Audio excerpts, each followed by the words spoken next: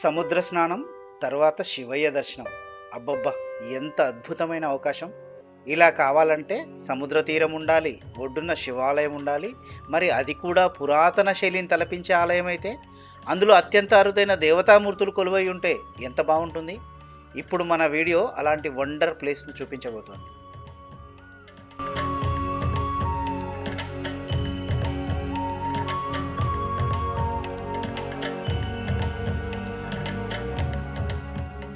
హైదరాబాదులకు అత్యంత దగ్గరలో ఉన్న బీచ్ ఏది అంటే Suryalanka beach, care of Bapatla. ఇంకెందుకు ఆలస్యం, చలో సూర్యలంక బీచ్.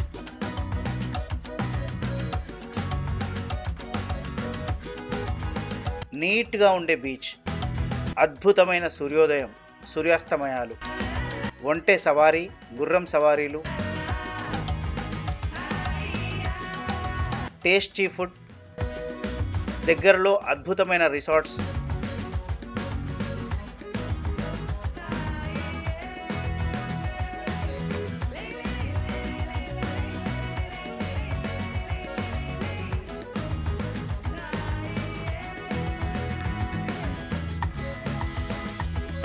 ఒక బీచ్ లవర్కు ఇంతకన్నా కావాల్సింది ఏముంటుంది?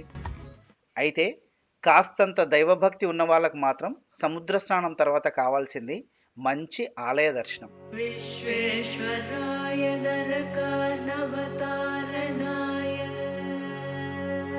ఇదిగో ఈ ఆలయం చూడండి, సూర్యలంక బీచ్కు వెళ్లే ముందే కనిపిస్తుంది.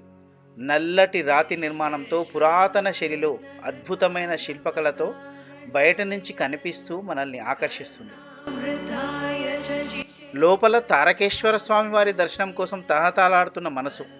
ఇంకెందుకు ఆలస్యం, వెళ్దాం పదండి. అబ్బాబా, ఇక్కడి నుంచి చూడండి, వెనక సముద్రంపై సూర్యుడు ఉదయిస్తున్న వేళ ముందు నల్లని రాతితో ఉన్న ఈ ఆలయం ఎంత అద్భుతంగా కనిపిస్తోంది.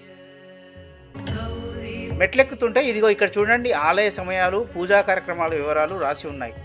వీడియోను పాజ్ చేసుకొని చూసుకోండి. ఇక ఈ ప్రవేశ ద్వారం నుంచి చూడండి ఎంత అందంగా కనిపిస్తుంది ఆలయం. లోపల ధ్వజస్తంభం. అన్నట్లు సముద్రపు గాలుల వల్ల ఇత్తడి కూడా ఇలా నల్లగా మారడంతో ధ్వజస్తంభం కాస్తంత నల్లబడి కనిపిస్తోంది. ఇక మనం ఆలయంలోకి ప్రవేశిద్దాం.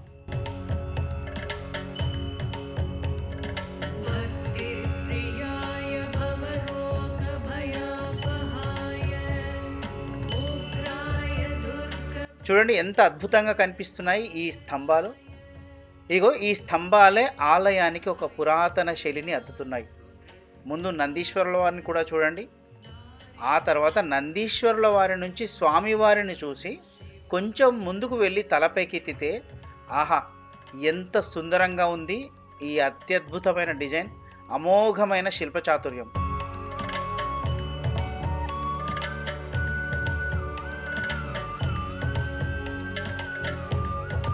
ఇది త్రికూటాలయం అన్నమాట.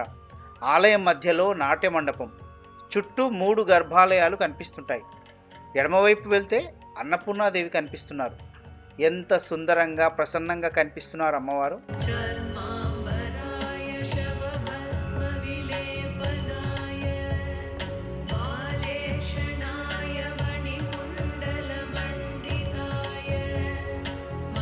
ఆ తర్వాత ఇదిగో ఇక్కడ తారకేశ్వర స్వామి.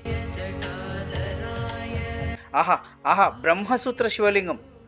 ఇప్పుడే సముద్ర స్నానం చేసి వచ్చాను. ఇదిగో ఇలా అన్నపూర్ణాదేవి తర్వాత బ్రహ్మసూత్ర శివలింగ రూపాన్ని దర్శించుకున్నాను.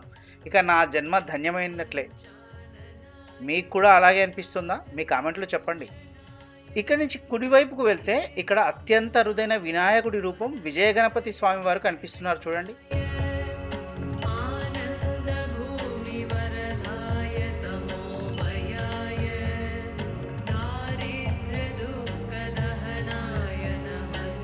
ఈ 3 ఆలయాల దర్శనంతో అయిపోలేదు, ఇంకా అరుదైన దేవతామూర్తుల రూపాలు ఇక్కడ ఉన్నాయి, చూద్దాం పదండి.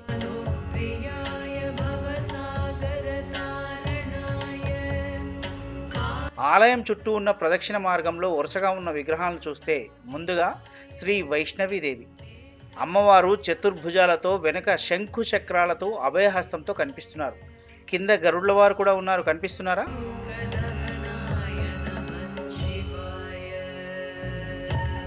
ఆ తర్వాత ఇక బ్రహ్మీదేవి అమ్మవారు 4 ముఖాలతో 4 చేతులతో, ఒక చేతిలో త్రిశూలం, మరో చేతిలో ఘటంతో హంసవాహనంపై కనిపిస్తున్నారు.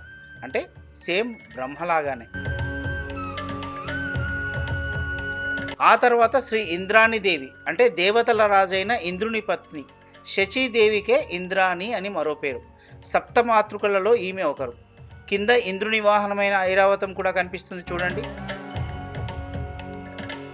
ఆ తర్వాత నిలబడిన భంగిమలో బ్రహ్మదేవుల వారు చతుర్ముఖాలతో చతుర్భుజాలతో, ఒక చేతిలో జపమాల, మరో చేతిలో కమండలంతో కనిపిస్తున్నారు.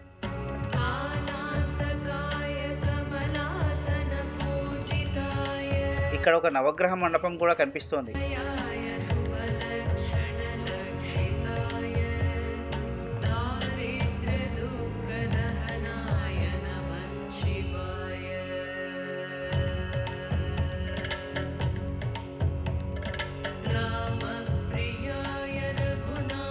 ఇక మళ్ళీ మనం ప్రదక్షిణ మార్గంలోకి వెళ్తే శ్రీ కేశవమూర్తి.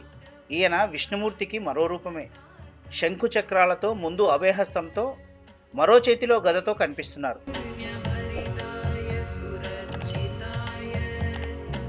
ఆ తర్వాత శ్రీ దక్షిణామూర్తి. జ్ఞానం, విద్య మరియు బుద్ధిని ప్రసాదించే శివుని గురుస్వరూపం. ఆయన జ్ఞానాన్ని మౌనం ద్వారా ఉపదేశించే యోగిగా మర్రి చెట్టు కింద దక్షిణ దిశ వైపు ముఖం చేసి కూర్చొని ఉన్నారు. ఆ తర్వాత విజయగణపతి స్వామి. గణేశుని 32 రూపాలలో 14వ రూపం. అపజయాలను అధిగమించి విజయాన్ని మరియు శుభాలను ప్రసాదించే శక్తి స్వరూపం. భక్తుల కోరికలను వేగంగా తీరుస్తాడని నమ్మకం. ఇక ఇక్కడ శ్రీ నృత్య గణపతి. గణేశుని యొక్క 32 రూపాలలో 15వది. సంతోషంతో నాట్యం చేస్తున్నట్లుగా కనిపిస్తున్నారు చూడండి. ఈ రూపం కళలు, నృత్యం, సృజనాత్మకతకు ప్రతీక. ఇక ఇక్కడ మరో వినాయకుడి అవతారం సింహ గణపతి. గణేశుడి 32 పవిత్ర రూపాలలో 29వ రూపం ఇది. శక్తివంతమైన అవతారం. సింహముఖంతో స్వామివారు కనిపిస్తున్నారు. అపరిమిత ధైర్యం, శక్తి మరియు నిర్భయత్వానికి ప్రతీక. ఇవండి ఆలయం చుట్టూ ఉన్న దేవతా రూపాలు. ఈసారి మీరు వచ్చినప్పుడు ఈ ఆలయాన్ని, ఈ అరుదైన రూపాలను కూడా దర్శించుకోండి. మరి ఇంతకీ ఈ ఆలయం ఎప్పుడు నిర్మించారు, ఎవరు నిర్మించారు, ఈ బీచ్ ఒడ్డునే ఎందుకు నిర్మించారు అంటే, బాపట్ల నివాసి శ్రీ బుద్ధాం దశరథ మహారాజు గారు ఈ ఆలయానికి కర్మ, కర్త, క్రియ. శ్రీ శ్రీ శ్రీ శృంగేరి పీఠాధిపతుల అనుగ్రహం, ఆశీర్వాదాలతో ప్రముఖ స్థపతి శ్రీ గోపాలకృష్ణ గారి ఆధ్వర్యంలో 2016లో ఆలయ నిర్మాణం ప్రారంభమై 2023లో పూర్తయింది. 2023 మే 9, 10, 11 తేదీలలో ప్రతిష్టాపన జరిగింది. పలువురు భక్తులు ఈ ఆలయ నిర్మాణానికి తమ వంతు చేయూతనందించారు. ఇంత అద్భుతమైన ఆలయాన్ని నిర్మించి అరుదైన దేవతామూర్తులను ప్రతిష్ఠించినందుకు మనందరం ఆయనకు ఒక ధన్యవాదాలు చెప్పాల్సిందే కాదంటారా? చెప్పండి గట్టిగా ఓం నమః శివాయ అని. ఇంతకీ ఈ వీడియో మీకు ఎలా అనిపించింది? దయచేసి మీ కామెంట్లో తెలియజేయండి. నచ్చితే లైక్ కొట్టండి, షేర్ చేయండి.